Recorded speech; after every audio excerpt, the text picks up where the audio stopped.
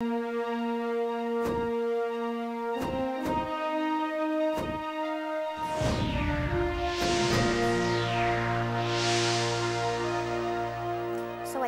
welcome to ASEAN Highlights. There are many interesting developments across the region this week, and we'll begin this edition with what's currently going on in Indonesia.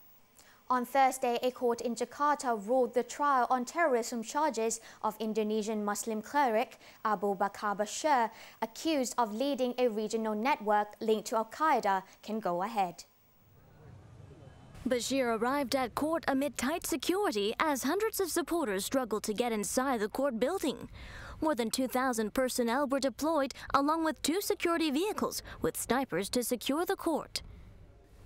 Outside the court building, more supporters shouting Allahu Akbar or God is greatest as they followed the hearing on a screen provided by authorities.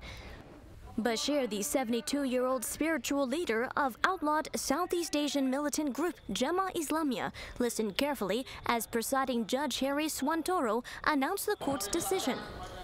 Swantoro declared the trial of defendant Abu Bakar Bashir to move on with prosecutors' indictment. The court is due to start hearing testimony from witnesses next week.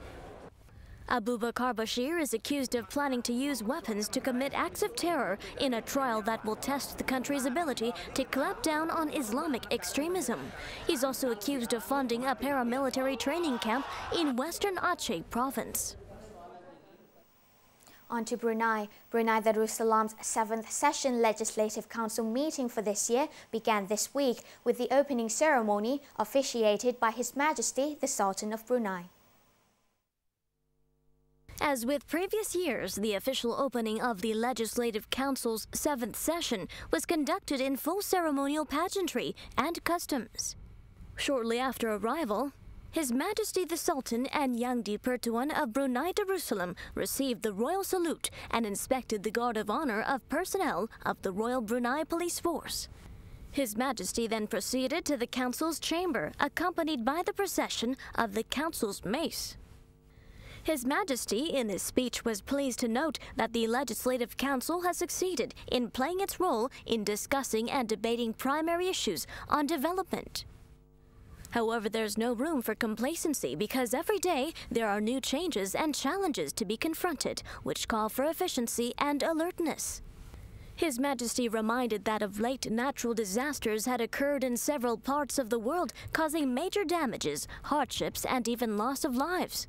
Brunei Darussalam, too, was not spared a flood phenomenon, especially in the low-lying areas of the country.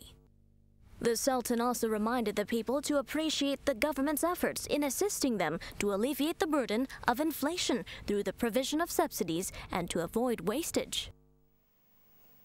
And also on Thursday, Philippine President Benigno Aquino met Singapore President S.R. Nathan and Prime Minister Lee Hsien Loong during his 2nd day of his first official visit to the city-state. The leaders discussed possible investment partnerships, the centerpiece of the Aquino administration's economic growth plan, as well as Filipino workers in Singapore. Aquino arrived in Singapore on Wednesday and met with members of the Filipino community. Singapore hosts more than 30,000 Filipino workers, including professionals, service personnel, and domestic helpers. His state visit includes one to the Changi Water Reclamation Plant, Amusement Center Resorts World Sentosa, Changi International Airport, and land systems and specialty vehicles firm Singapore Technologies Kinetics. President Aquino had an orchid species named after him during a ceremony at the Singapore Botanical Gardens on Friday, the last day of his official visit. And back on the home front, the bilateral relationship between the Republic of Ghana and Thailand has been robust and has the potential to grow even further. On the occasion of the 54th independence anniversary of the Republic of Ghana, the Ghanaian Embassy in Malaysia, in cooperation with the Ghanaian Consulate Office in Thailand, hosted a dinner reception in Bangkok, attended by 300 guests comprising of trade and investment representatives, high-ranking government officials from the Ministry of Commerce and the Ministry of Foreign Affairs, and international dignitaries. The reception was aimed at strengthening the bilateral relationship between Ghana and Thailand, particularly in terms of trade and investments.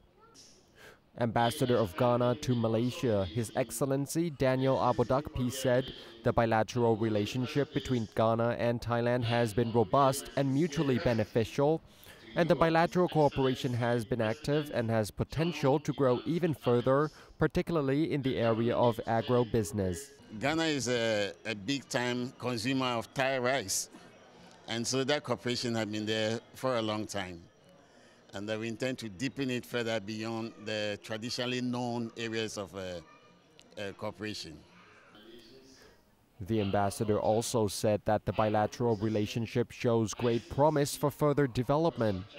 Recently, Thai trade delegates returned from Ghana, where they had an opportunity to meet with the Ghanaian vice president to explore various possibilities for bilateral trade and cooperation.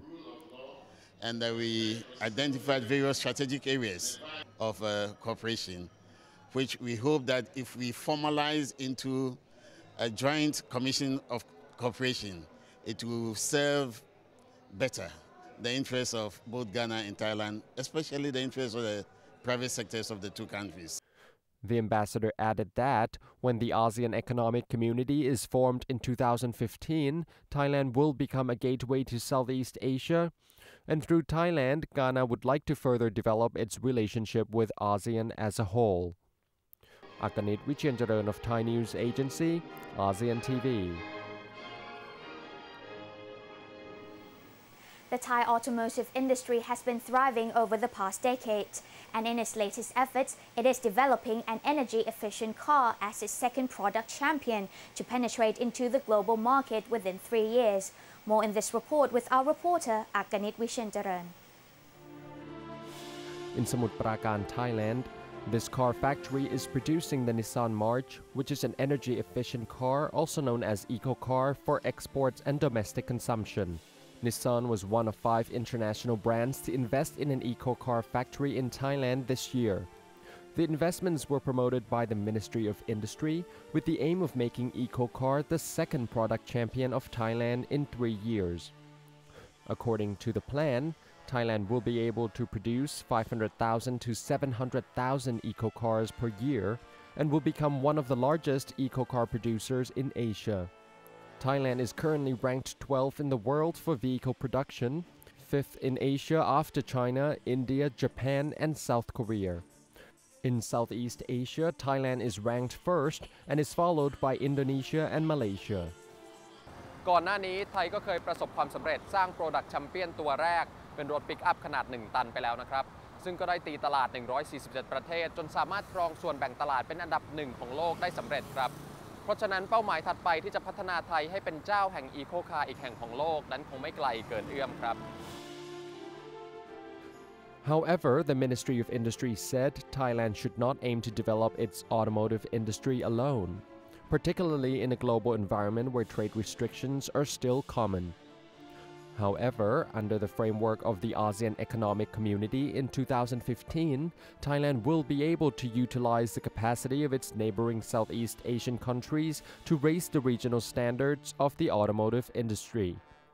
The minister therefore plans to integrate the automotive industries in the region. ถ้าเราเป็นตลาดหนึ่งเดียวเนี่ยเราสามารถที่จะแชร์ลดต้นทุนและที่สำคัญเรามีกำลังอำนาจต่อรองในการซื้อและขายเนี่ยค่อนข้างสูงในอาเซียนผมคิดว่าประโยชน์ในการที่จะพัฒนาและร่วมมือกันในอาเซียนนั้นก็จะเป็นประโยชน์กับอุตสาหกรรมยานยนต์ของอาเซียนที่สามารถที่จะต่อสู้กับทั่วโลกได้ครับ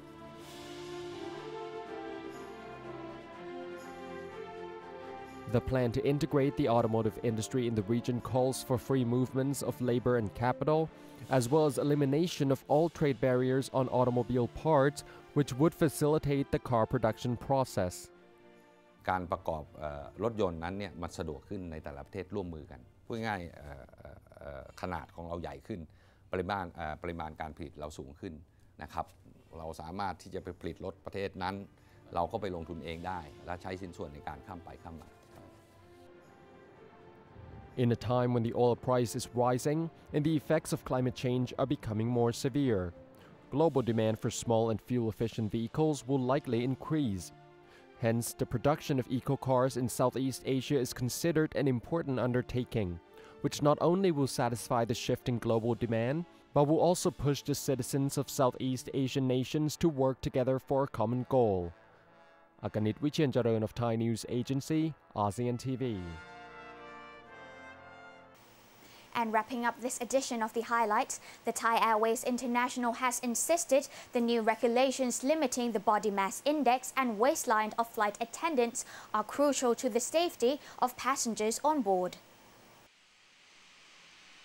In May 2010, Thai Airways International imposed new health standards for cabin crew members, limiting the body mass index or BMI to 25 for women and 27.5 for men, and the waistline to 32 inches for women and 35 for men.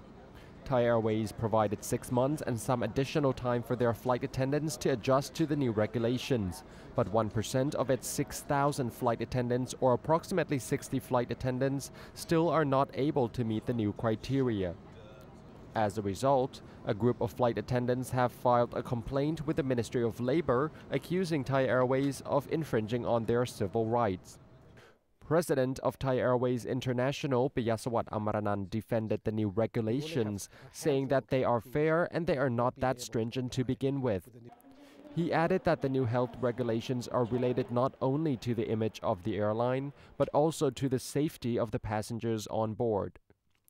Cabin crews have to be able to help passengers in case of emergency. For example, a plane has crashed, lands on water. They have to evacuate the passengers within 90 seconds. They have to be able to help the passengers. So the cabin crews have to be fit and firm and have to be healthy. The flight attendants who cannot meet the new health standards are pulled off their international routes, resulting in a loss of per diem income. But they are still allowed to fly on domestic routes.